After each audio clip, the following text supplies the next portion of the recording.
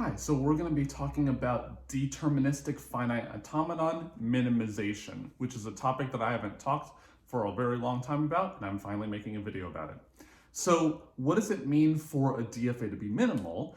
It means to find the minimum size possible DFA for a particular language. So that's what our goal is. So we're going to be given some, let's say DFA D, and then we want to produce a different DFA potentially, let's call it D prime, with the minimum number of states and the property that the language of D is equal to the language of D prime.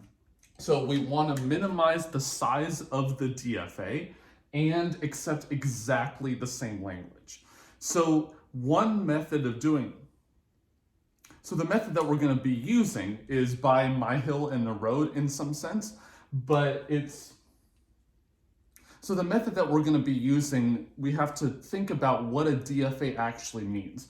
So let's take a quick example. So if we have a particular state, let's call it Q, and it reads an A going to a state R, let's say.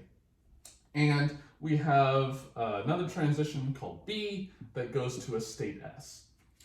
And we're going to have the exact same behavior with state Q prime right here.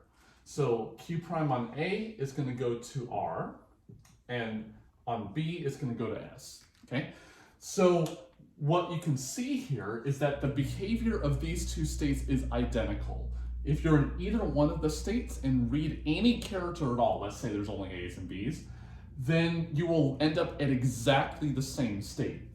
And then therefore, because these states are literally doing the same thing, and the fact that they're both not accepting, then we can merge these two states together, okay?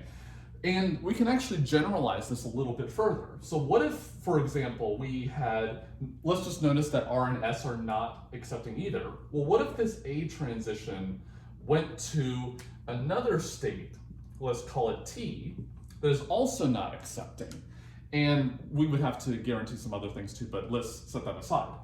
So note that the A transition goes to a non-accept state, and the B, I erased it, B transition goes to the same state in this particular case.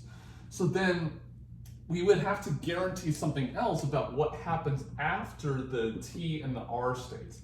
If they go to exactly the same state, then obviously anything that appears after would be identical for both states, Q and Q prime, because they're literally going to the same state.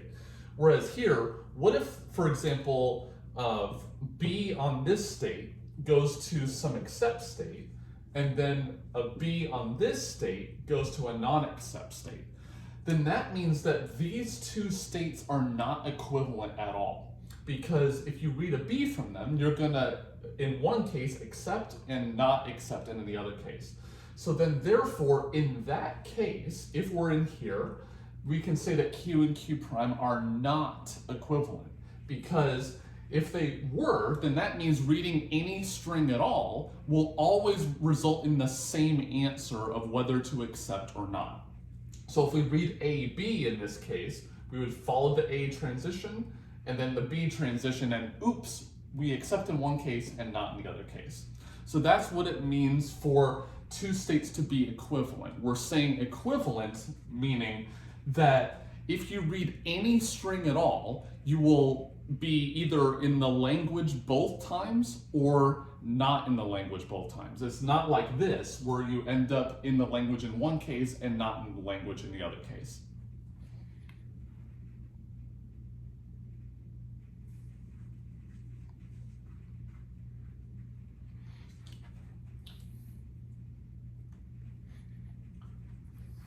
So now let's talk about the general whole DFA. So we're looking at a piece of a DFA, but let's look at a whole DFA, just as a picture, obviously.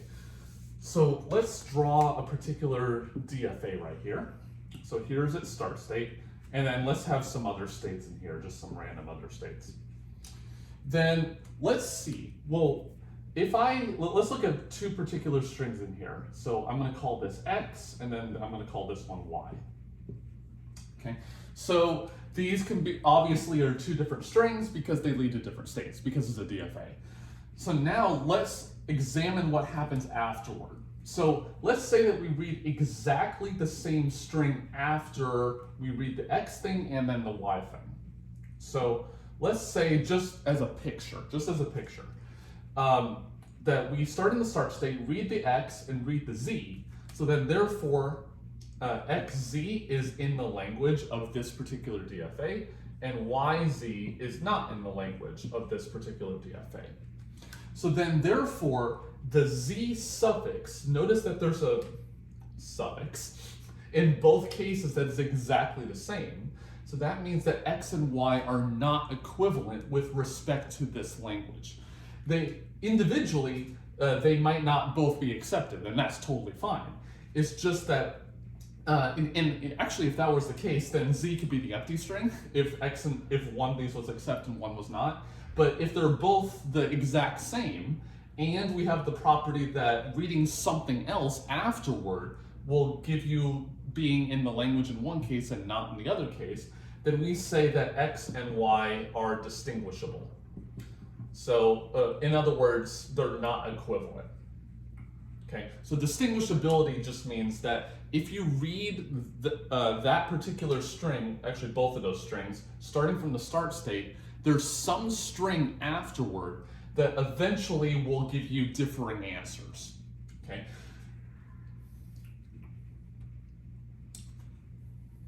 So then if we have two strings that are indistinguishable, let's look at what that would look like. So then indistinguishable means that there is no string that you can read afterward that will have differing answers. It's always the same answer every single time. So let's look at a picture of what that might look like. So if they're indistinguishable, reading, let's say, a Z afterward, so this doesn't apply anymore.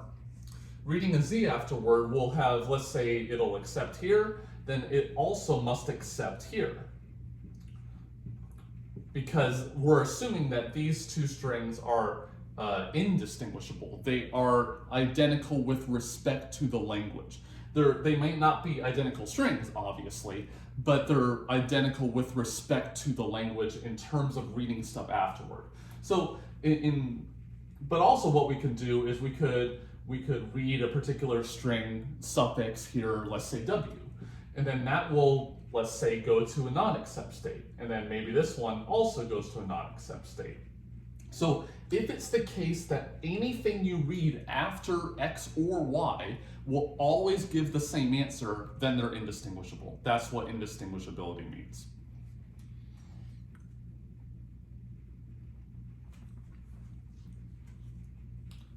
So actually the whole algorithm for minimizing a DFA is determining what states are distinguishable and what states are indistinguishable. What does a state being distinguishable mean?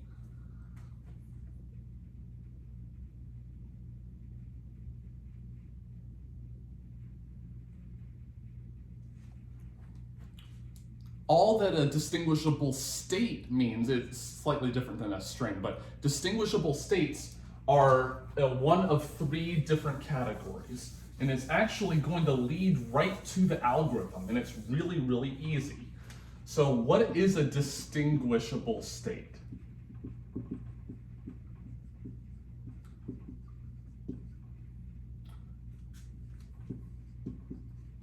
So let's try to figure out whether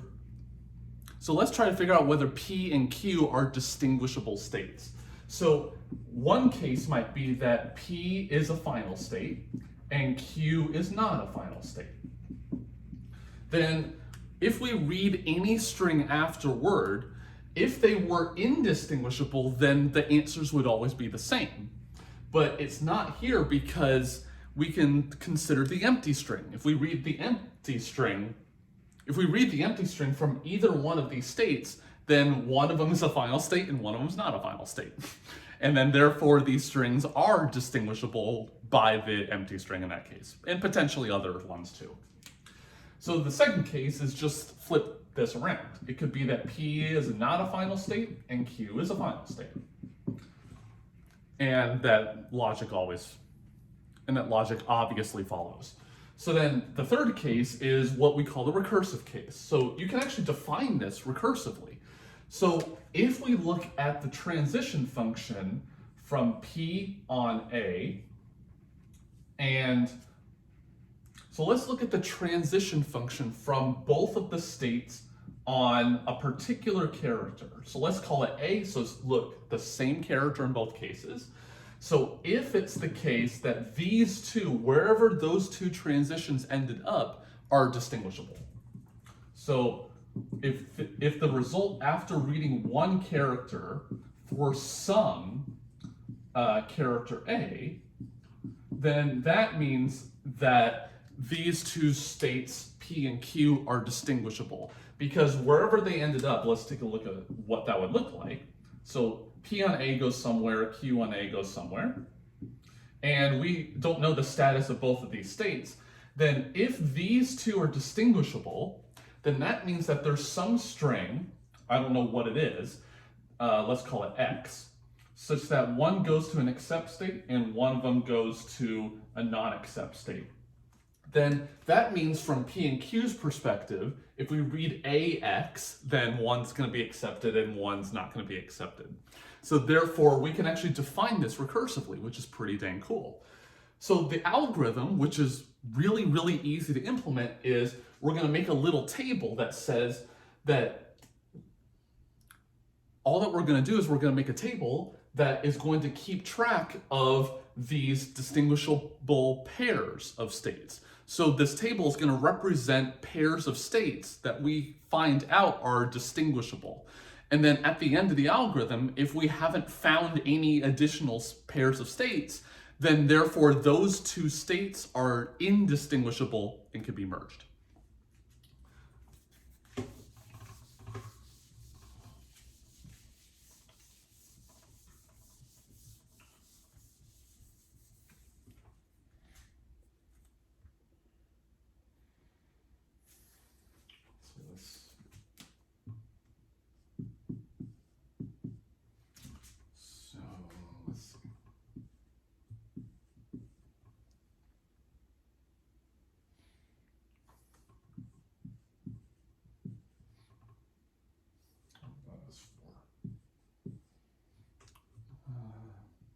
Let's go this way.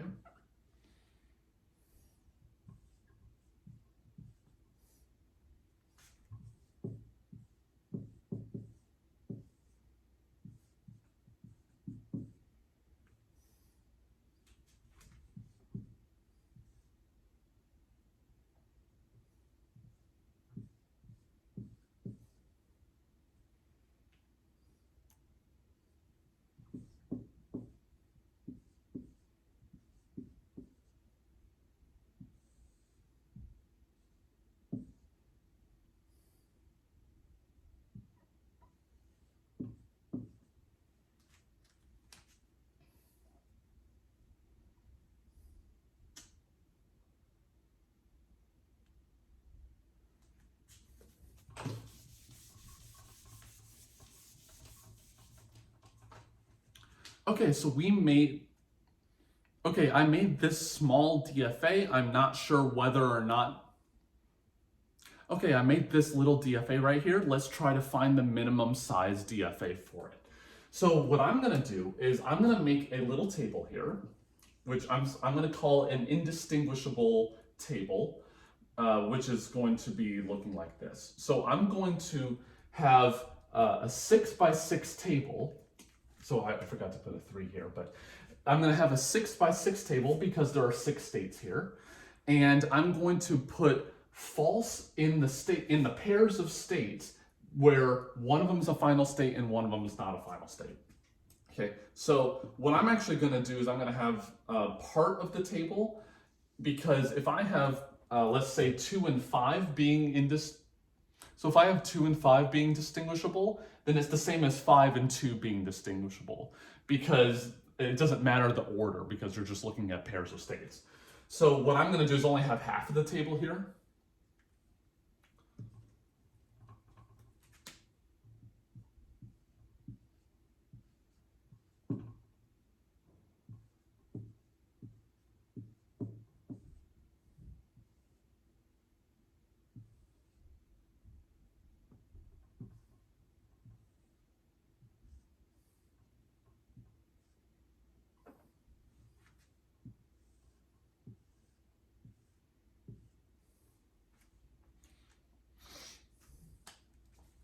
Okay, so here's the initial table. I haven't put the first steps, which are to look at a final state and a non-final state. So let's do that. So let's see. The 5 here is distinguishable with every state except for 3. So 1, 5, 2, 5, 4, 5, and 5, 6 are all going to be marked as distinguishable. So I'm going to write that as false. So 1 and 5, so this entry I'm going to mark as false. Those are distinguishable. Let's see, so 5 and 2, that's going to be marked as false. 5 and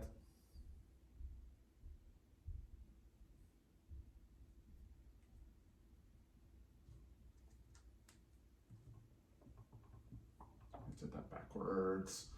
Fuck me. 2, 3, 4, 5, 6. Okay, so here's the initial table. I haven't put the pairs of states where 1 is final and 1 is not yet. So let's look at that.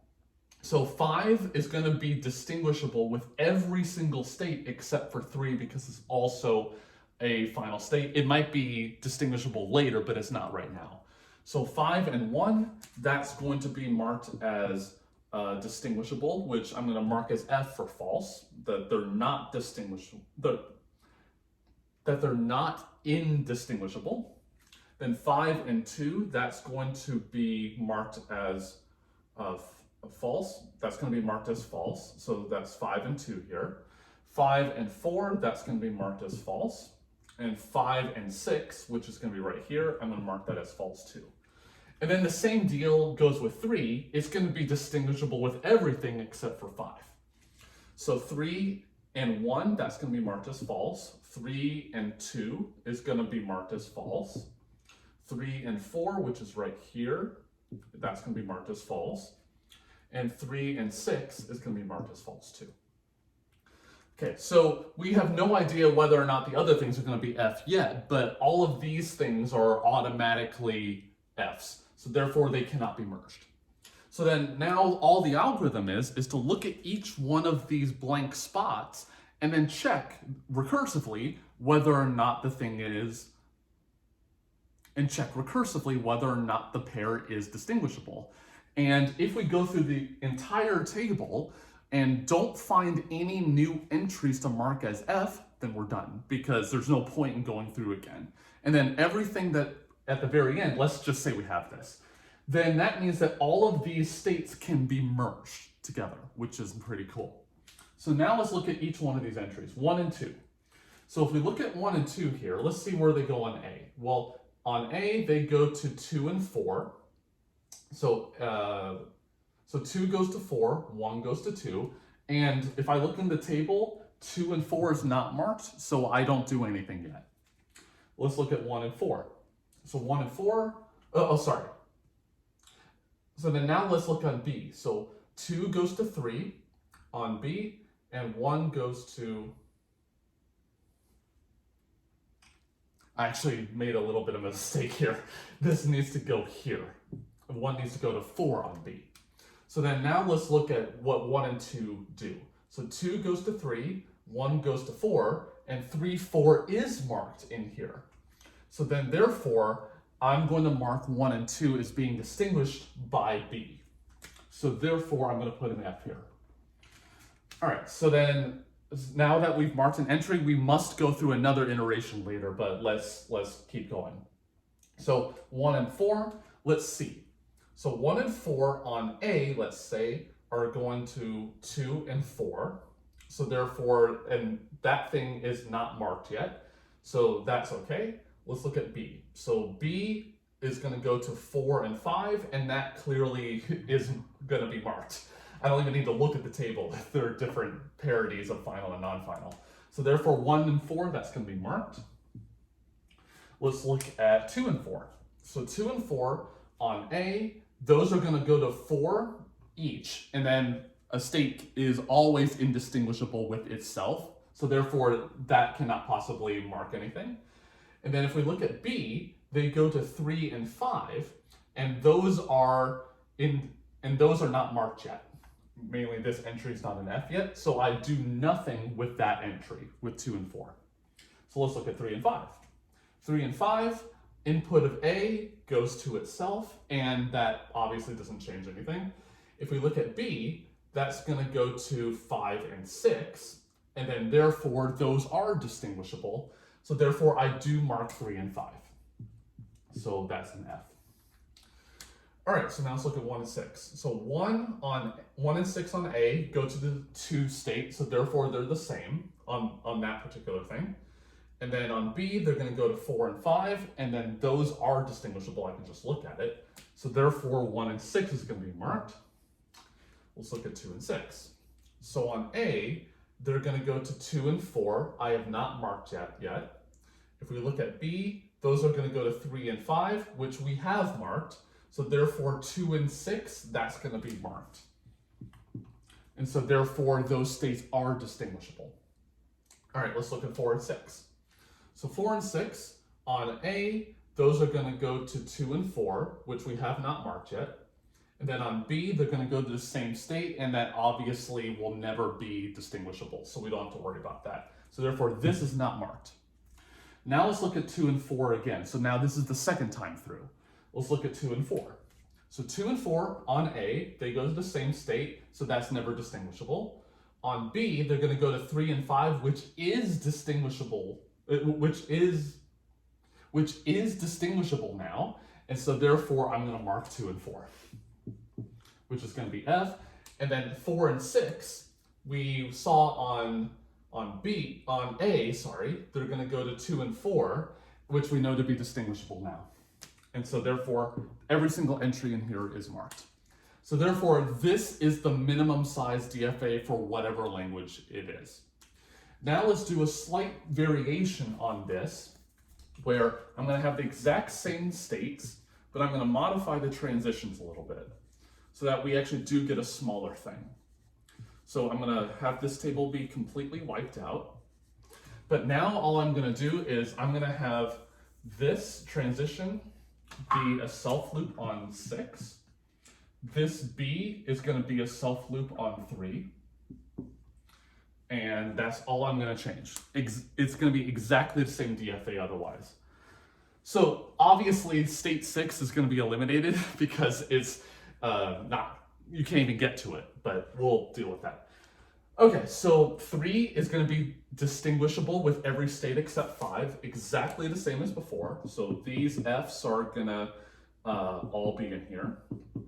So not with state 5, we don't know that yet. And state 5 is going to be exactly the same with every state except for 3. So this is an F, this is an F, that's not an F yet, this is an F, that's an F.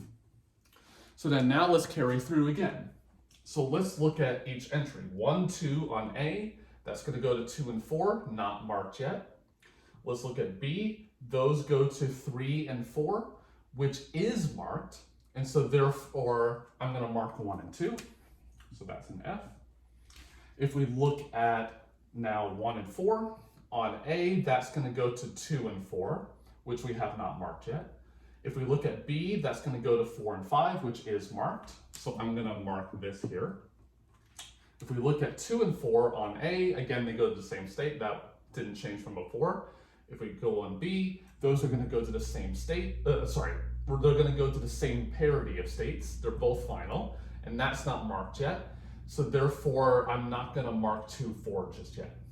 If we look at 3 and 5, they're going to go to the same pair of states. So this entry is actually never going to be marked because it's a DFA. I'm never going to get out of these states once I enter them. So therefore, this entry will never be marked, and then therefore we know we can contract these, but I'm not going to do that yet. If we look at 1 and 6, so therefore on A, that goes to 2 and 6, which is not marked. On B, they go to 4 and 5, which we know to be marked. And so therefore these states are indistinguishable because they go to different parity of states. Well, more generally, they're going to a pair of states that's marked. If we go to 2 and 6, that on A is going to go to 4 and 6, which we noted, which is not marked yet. On B, that's going to go to 3 and 5, which is not marked, so 2 and 6 can't be marked yet. If we go to 4, 6, on A, they go to themselves, which won't change anything. If they go to B, that will never change anything. So actually 4 and 6 is never going to be marked either. So let's go through another iteration. 2, 4. 2, 4 on A, on input A, that doesn't do anything. On B, that goes to 3, 5, not marked yet, so that doesn't do anything. 3 and 5 will never be marked. 2 and 6, that goes to A, 4 and 6, which is not marked. On B, they go to 3 and 5, which is never going to be marked. And 4, 6, we've already determined will never be marked. And so therefore, these 4 entries so these 4 entries represent indistinguishable states. So therefore, 4 and 2 can be merged. And the way that we can merge them is pretty simple. So what we can do is we can treat this as one state. In fact, we can even put 6 into the mix. That rhymes. So we can have it look like that. So that's one state right now. And we can have 5 and 3 represent another state. So I know the figure looks a little complicated, but so the final thing after you do